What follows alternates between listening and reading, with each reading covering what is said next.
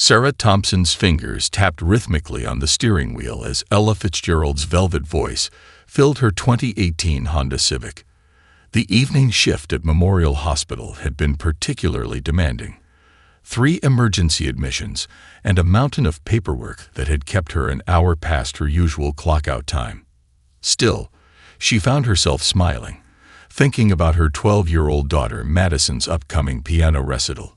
The setting sun painted the Memphis sky in brilliant strokes of orange and pink, transforming the ordinary Tuesday into something almost magical. Traffic on Poplar Avenue was unusually light, and Sarah allowed herself to imagine getting home in time to help Madison practice her piece, Beethoven's For Elise. The thought of her daughter's determined face as she worked through the challenging passages made her heart swell with pride. Her phone buzzed from the passenger seat, probably Madison checking when she'd be home. Sarah glanced at the clock. 7:42 p.m. Just 20 minutes until she could kick off her sensible work shoes and hear about her daughter's day. The text would have to wait. She never touched her phone while driving, not even at stoplights. The jazz station transitioned to Duke Ellington's Take the A Train, and Sarah turned up the volume slightly. The music reminded her of Sunday afternoons at her grandmother's house, where the record player always spun jazz classics while they prepared family dinner. Her grandmother had taught her both cooking and resilience, lessons that had served her well as a single mother, working her way up from file clerk to hospital administrator over the past decade. Through her rearview mirror, the last rays of sunlight caught something metallic, a police cruiser, its lights suddenly flashing to life. Sarah's happiness evaporated like morning dew. She checked her speed, 32 in a 35 zone. Her registration was current, insurance up to date. She'd just renewed it last month. With practiced calm, she signaled and pulled over to the curb, positioning her car carefully under a street light. Following the protocol her father had taught her years ago, Sarah turned off the radio, placed both hands on the steering wheel, and took steady breaths. The blue lights painted surreal patterns on her dashboard, transforming the familiar interior of her car into something alien and uncomfortable. She watched in her side mirror as the officer approached, his footsteps slow and measured on the asphalt. Her mind raced through recent memories. Hadn't she just had her car serviced at Wilson's auto shop last Thursday? Tom, the mechanic she trusted for years, had given everything a thorough check. He'd even shown her the detailed inspection report, which now sat filed away in her glove compartment along with her other important documents. The officer's flashlight beam swept through her car's interior before settling on her face. Sarah maintained her composed expression, though her heart hammered against her ribs. She'd learned early in life that staying calm was often the best defense against life's unexpected turns. License and registration, the officer said, his voice carrying the flat tone of routine. As Sarah reached slowly for her documents, her phone buzzed again. Madison was waiting at home, probably sitting at the piano, ready to show her mother the progress she'd made on that tricky middle section of For Elise. The simple evening she'd planned. Dinner, piano practice, maybe some TV time with Madison, seemed to slip away as the officer's flashlight beam fixed on her supposedly flickering taillight. Sometimes, she thought, life's biggest moments arrive disguised as ordinary interruptions on otherwise unremarkable days. The metal detector beeped softly as Sarah walked through, her hospital ID badge catching the morning light that streamed through the courthouse's high windows. She'd arrived 45 minutes early, a habit ingrained from years of hospital administrative work. The security guard, an elderly gentleman with kind eyes, smiled as he returned her bag after inspection. "First time here?" he asked, noting her uncertain glances at the building directory. "Is it that obvious?" Sarah managed a small smile, smoothing her crisp white blouse, the one she saved for important meetings and parent-teacher conferences.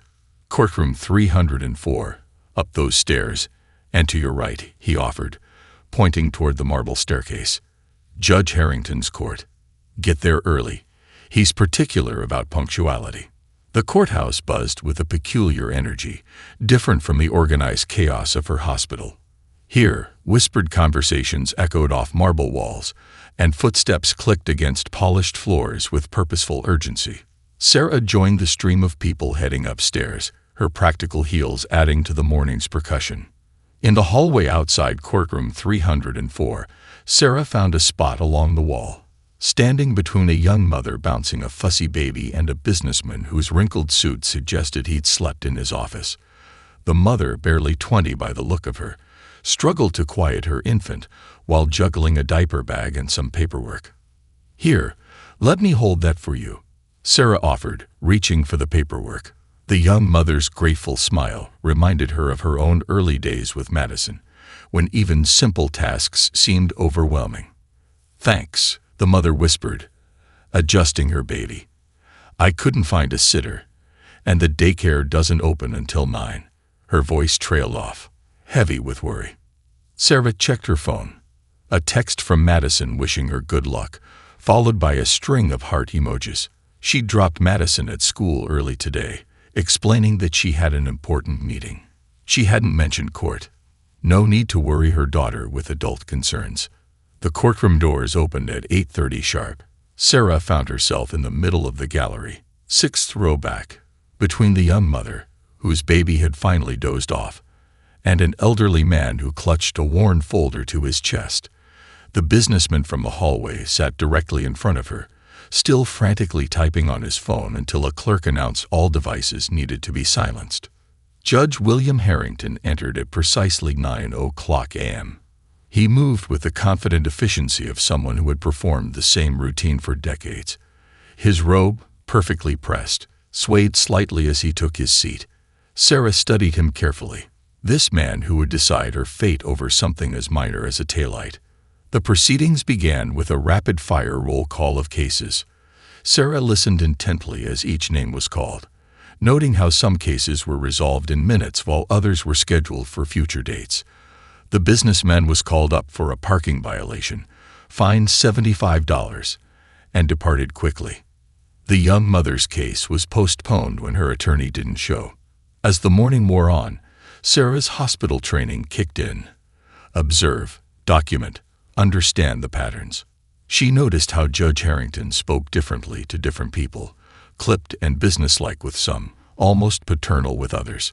She jotted notes in her small leather-bound notebook, the same one she used for hospital board meetings. When the clerk finally called Sarah Thompson, case number 2024-1542, her voice steady and clear, Sarah stood. In that moment, she felt the weight of her father's advice from years ago.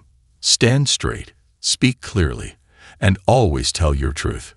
With her documentation folder in hand and her head held high, she walked toward the defendant's table, each step echoing in the now familiar courtroom. As Sarah stood before Judge Harrington, she felt a transformation taking place within her.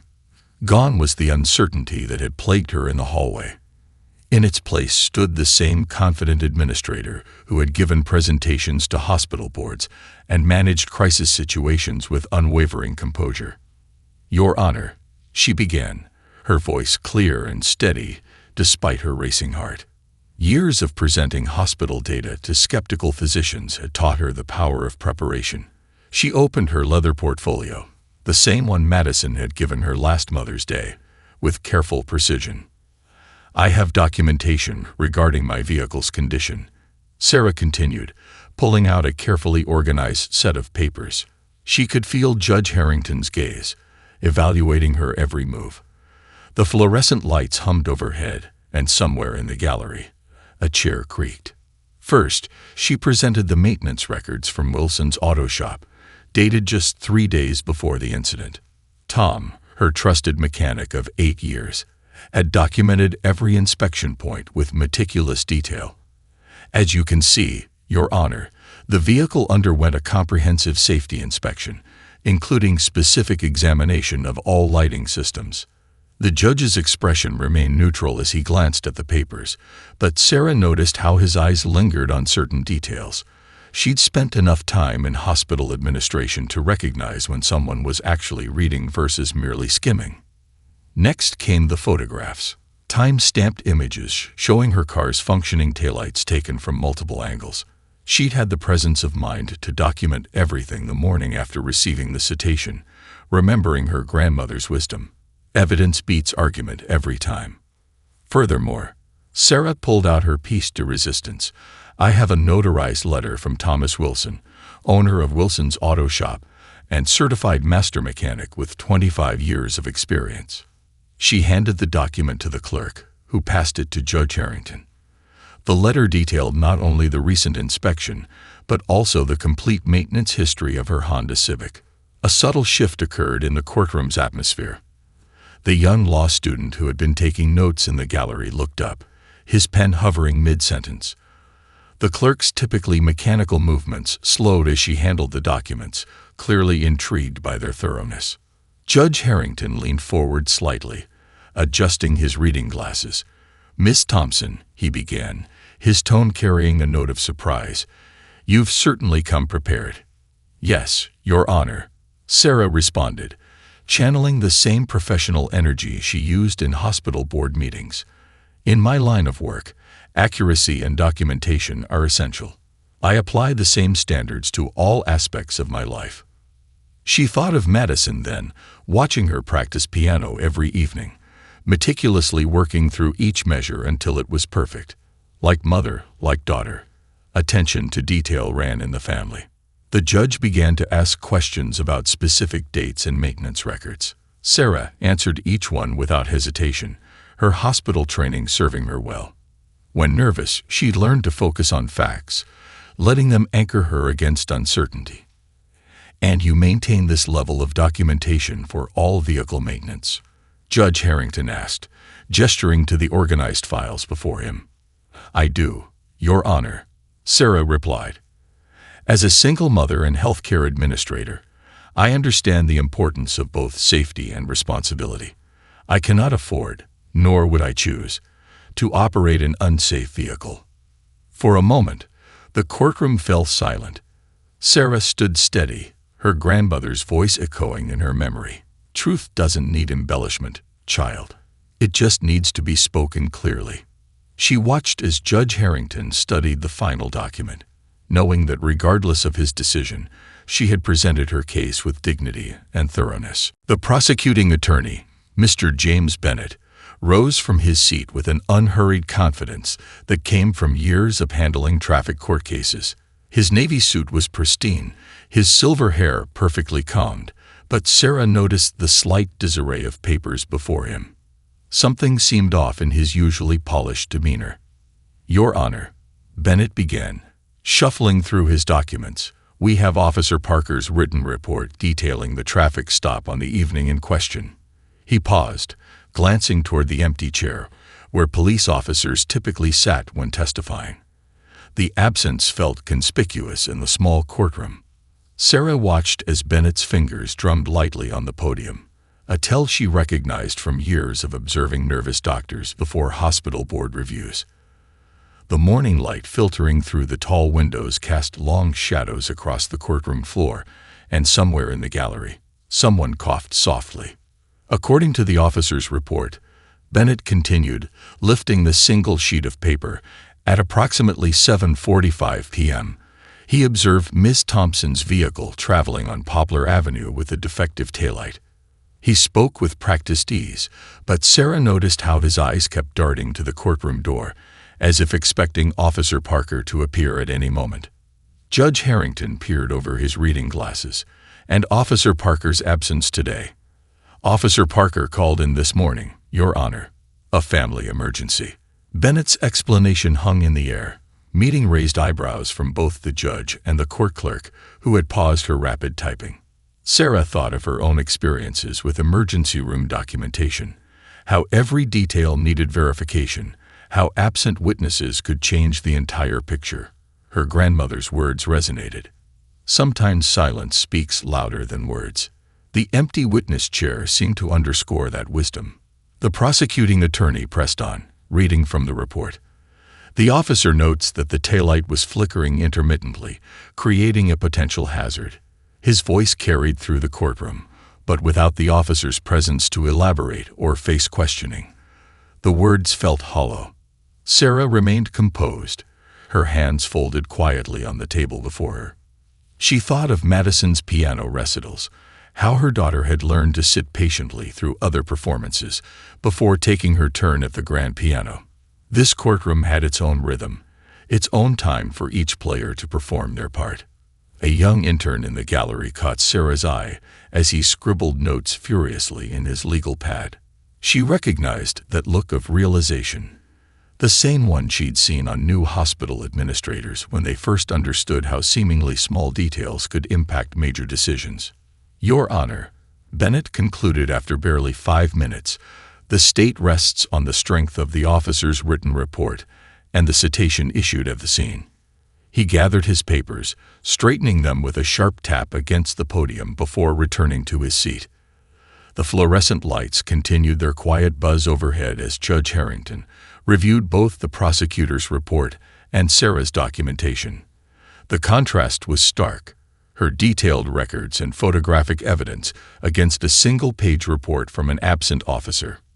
Sarah felt a subtle shift in the courtroom's atmosphere. She'd experienced similar moments in hospital meetings when the momentum changed, when detailed preparation met incomplete documentation. Her hands remained steady as she waited for the judge's response, remembering her father's advice about patience in moments of uncertainty. The wall clock ticked steadily, marking each second of silence as Judge Harrington finished his review. Sarah noticed how the young mother from earlier had returned to the gallery, her baby now peacefully sleeping against her shoulder. Sometimes, Sarah reflected, justice needed more than just written words. It needed presence, preparation, and persistence. Judge Harrington cleared his throat, the sound echoing through the now hushed courtroom. Sarah straightened her spine, years of hospital presentations having taught her to maintain composure even when her heart raced beneath her professional exterior. "Miss Thompson," the judge began, removing his reading glasses and placing them deliberately on his desk. "While I appreciate the thoroughness of your documentation and your obvious attention to detail, this court must also consider the officer's sworn statement regarding the condition of your vehicle on the night in question." Sarah watched a dust mote float through a shaft of sunlight streaming through the high windows. She thought about the overtime shifts she'd picked up last month to help pay for Madison's piano lessons. The young law student in the gallery had stopped writing, his pen hovering above his notepad as if frozen in time. Taking into account all presented evidence, Judge Harrington continued, his voice carrying the weight of authority. "I am imposing a fine of $500, plus standard court costs." He paused, making a notation in his ledger. "This is to be paid within 30 days. $500. Sarah did the mental calculation immediately. 4 extra night shifts at the hospital, maybe 5 if she counted the court costs. She'd have to reschedule Madison's dentist appointment, push back buying new work shoes, despite the growing hole in her current pair's soul. The young mother in the gallery, who had stayed to watch after her own case was postponed, hugged her sleeping baby closer, as if sensing the gravity of the moment. Their eyes met briefly, sharing an unspoken understanding of life's unexpected financial burdens. "Your Honor," Sarah spoke, her voice steady despite the disappointment churning inside, "may I request a payment plan?" Hospital administration had taught her that there was always room for negotiation, always a way to find middle ground. Judge Harrington consulted his calendar. "You may speak with the clerk about payment arrangements, but understand, Miss Thompson, the full amount must be satisfied within 90 days. Sarah nodded, already mentally rearranging her budget. Madison's piano recital was in 2 weeks. The new dress they'd planned to buy would have to wait. She thought of her daughter practicing late into the evening, wearing her old blue dress, still determined to perfect every note of FaithInStruggles. As she gathered her documents, Sarah noticed the court clerk watching her with quiet admiration. Sometimes dignity in the face of disappointment spoke louder than any protest. Her grandmother's words echoed in her mind. "It's not about what happens to you, child. It's about how you handle it." Outside the courtroom, the businessman from earlier was still there, now off his phone, and observing the proceedings. He caught her eye and nodded respectfully, perhaps recognizing in her the same professional resilience he relied on in his own world. Sarah's phone vibrated silently in her purse, probably another text from Madison, asking how everything went. She'd tell her daughter the truth, she decided, but frame it as a lesson about standing up for yourself, about the importance of documentation, about handling life's challenges with grace. At the clerk's window, Sarah arranged to pay $100 monthly for the next 5 months. Each payment would mean sacrifices, but she'd faced harder challenges. As she signed the payment agreement, she noticed her hands were perfectly steady, the same steadiness she maintained while handling critical hospital documents. The afternoon sun painted long shadows across the courthouse steps as Sarah emerged. She had a night shift in 4 hours, barely time to go home, and hug Madison before heading back to work. But first, she'd stop by Wilson's auto shop. Tom needed to know what happened, and Sarah had learned long ago that maintaining relationships, even in difficult moments, was crucial to navigating life's unexpected turns. The hospital cafeteria buzzed with its usual lunchtime energy the next day. Sarah sat at her regular corner table, absently stirring her untouched soup as she reviewed the morning's budget reports. The events from court still weighed heavily on her mind, though she'd managed to maintain her professional demeanor through 3 department meetings already. Earth to Sarah, Maria Rodriguez from accounting slid into the seat across from her, setting down her salad container. "You've been stirring that soup for 5 minutes straight. Something's on your mind." Sarah managed a small smile. She and Maria had started at Memorial Hospital on the same day 8 years ago, their friendship forged through countless lunch breaks and late-night shifts. "Just had an interesting morning in traffic court yesterday," she began, finding comfort in finally sharing the story. Traffic court. James Chen from it joined them, pulling up a chair. His tie was slightly askew, evidence of another morning spent crawling under desks to fix computer issues. "Don't tell me they got you with that speed trap on Poplar Avenue." As Sarah recounted the previous day's events, she noticed how her colleagues' expressions shifted from curiosity to concern. Maria's fork paused midway to her mouth when Sarah mentioned the fine amount, and James's usual cheerful demeanor turned thoughtful. "Wait," Maria set down her fork completely. "My husband, Miguel. He's with legal aid now, remember? He was just talking about similar cases they're reviewing." She pulled out her phone, scrolling through contacts. "He'd definitely want to hear about this." James leaned forward, lowering his voice slightly. "My sister Lily is finishing her journalism degree at State. She's been looking for a story about local justice system practices for her thesis." He paused, then added, "Not that you'd have to be involved, but your experience might help her research." Dr. Patricia Williams, passing by their table, overheard fragments of the conversation and stopped. The respected pediatrician pulled up a chair, her lunch break technically over, but her interest piqued. "Sarah, I had no idea. You know, I sit on the hospital's Community Outreach Committee. We've been looking for ways to partner with local legal resources for our patients." Sarah felt something shift inside her, the weight of yesterday's disappointment transforming into something else. She thought of Madison's piano practice, how her daughter would stop, adjust, and try again when facing a difficult passage. Sometimes setbacks opened unexpected doors. "You know what really stood out to me?" Sarah said, finally tasting her soup. "The young mother in the courtroom, trying to handle everything alone. I keep thinking about how many of our patients might be facing similar situations." Maria nodded enthusiastically. "Miguel always says the biggest challenge is connecting people with available resources. Maybe," she paused, her eyes lighting up with an idea, "maybe there's something we could do right here, through the hospital.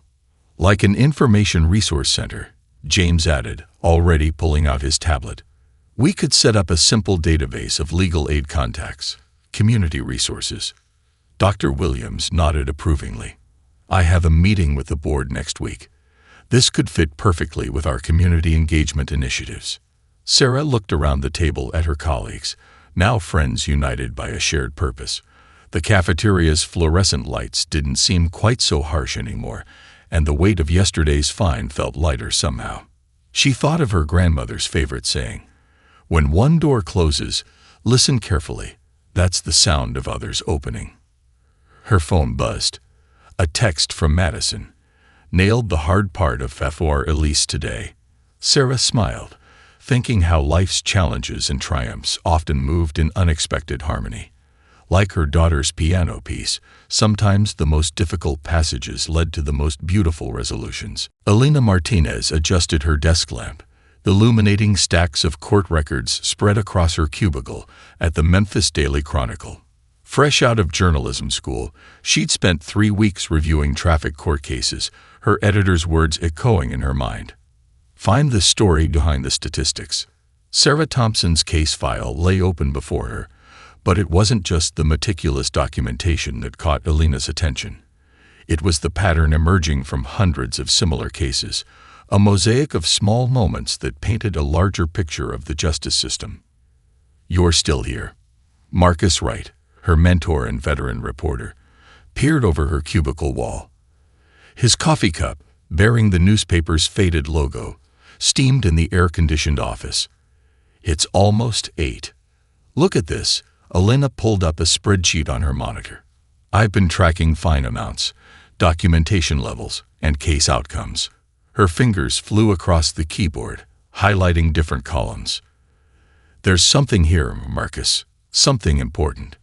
Marcus set down his coffee, pulling up a chair.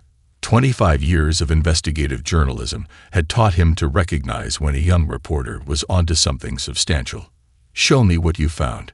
Elena began with Sarah's case, the exemplary documentation, the absent officer, the fine amount. Then she showed similar cases, each one a piece of the larger puzzle.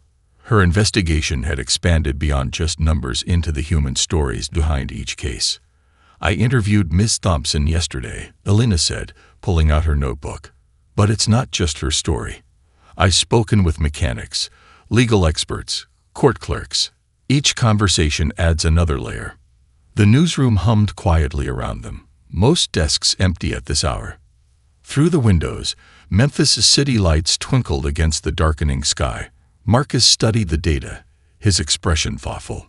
"The numbers tell one story," he said, gesturing to the spreadsheet, "but you're finding the human element. That's what makes it real for readers." Elena nodded, pulling up another document. "I've been looking into community impact too. Did you know the hospital where Miss Thompson works is developing a resource program? They're connecting patients with legal aid services." She shared her interviews with various community members. The auto shop owner who verified vehicle conditions, the legal aid attorneys seeing similar patterns, the healthcare workers noticing how legal issues affected patient care. "The thing is," Elena continued, her voice passionate but measured, "these aren't just traffic tickets. They're ripple effects through families, workplaces, communities. Miss Thompson's daughter had to postpone piano lessons. Another parent skipped groceries to pay their fine." Marcus leaned back, a small smile playing at his lips. "You know what makes a story great, Martinez? When it makes the invisible visible. When it helps readers see themselves in someone else's experience." Elena reached for her latest draft, pages marked with careful annotations. "That's exactly what I'm trying to do. Not just expose issues, but show how communities come together, how people find strength in unexpected places." Her phone lit up with a text. Sarah Thompson had sent additional documentation about the hospital's new initiative. Elena added it to her growing file, each piece carefully labeled and verified. "Remember," Marcus stood, retrieving his now cold coffee, "good journalism isn't about telling people what to think. It's about giving them the information they need to think for themselves." Elena turned back to her monitor, the story taking clearer shape with each revision. She thought about Sarah Thompson's dignified stance in court, the young mother with her baby, the law student taking notes. Each person's story contributed to a larger narrative about justice, community, and change. Outside her cubicle window, a late-night cleaning crew member emptied office trash bins, reminding Elena of something Sarah had said. Sometimes the most important work happens when nobody's watching. She turned back to her keyboard, determined to shine a light on these overlooked moments that shaped their community's daily life. 3 months after the court hearing, Sarah sat in the legal aid office's waiting room, her appeal documents neatly arranged in her leather portfolio. The walls, painted a warm beige, displayed framed quotations about justice and community service. Through the window, she could see the courthouse where her journey had begun. Miss Thompson, Miguel Rodriguez, Maria's husband, emerged from his office with a warm smile. "I have some good news about your appeal." He gestured toward his office, where case files and law books created a backdrop of organized chaos. As they sat down, Sarah noticed Elena Martinez's article framed on his wall, its headline reading, "Traffic Court Cases Reveal Pattern of Disparate Impact." The story had sparked important conversations throughout Memphis, leading to a review of court procedures and fine structures. "Your case," Miguel began, opening a folder, along with several others, "has led to significant changes in how traffic violations are handled." He pulled out a document showing new guidelines for evidence presentation and fine assessment. The county has implemented a sliding scale for fines based on income, and there's now a requirement for officers to be present during contested hearings. Sarah thought about the young mother from court that day, wondering how many others would benefit from these changes. Her phone buzzed quietly, a reminder that Madison's piano recital was in 2 hours. Her daughter would be playing not just for release now, but also a more challenging piece she'd been practicing for months. "The hospital's legal resource center has been a game changer too," Miguel continued, referencing the initiative that had grown from those lunchroom conversations. "We're seeing more people getting help before their situations become critical." Dr. Williams had championed the program through the hospital board, creating a space where patients could connect with legal resources. James from it had built a user-friendly database, while Maria helped structure the financial counseling aspect. "Your appeal hearing is set for next week," Miguel explained, "but regardless of the outcome, you've already helped create lasting change." He shared how other districts were looking at Memphis's new model, considering similar reforms. Sarah smiled, remembering her grandmother's words about ripples in a pond. Sometimes, she'd said, the smallest stone creates the widest circles. Outside Miguel's office, the waiting room had filled with others seeking help, an elderly gentleman clutching utility bills, a young couple with rental documents. Each face told a story, each person seeking their own path through the legal maze. As Sarah gathered her things to leave, Elena Martinez appeared in the doorway, notebook in hand. The young journalist had been following up on the community changes sparked by her initial story. "Perfect timing," Elena smiled. "I'm writing a follow-up piece about the hospital's new program. Would you have a moment to talk about how it's helping patients?" Sarah checked her watch. She had just enough time before heading to Madison's recital. As they walked toward the elevator, she shared stories of patients finding resources, of barriers being broken down, of hope replacing helplessness. In the parking lot, Sarah paused to look back at the building. The late afternoon sun caught the windows, turning them to gold. Her phone buzzed again. A text from Madison. "Can't wait for you to hear my new piece." Driving toward the school auditorium, Sarah reflected on how life's challenges often led to unexpected opportunities. The traffic stop that had seemed like an ending had become a beginning instead. Through it all, she'd maintained her dignity, found her voice, and helped create change that reached beyond herself. Madison was waiting at the school entrance, already in her recital dress, excitement shining in her eyes. As they walked together toward the music room, Sarah thought about harmony. In music, in justice, in community, sometimes life's most meaningful compositions grew from its most challenging notes.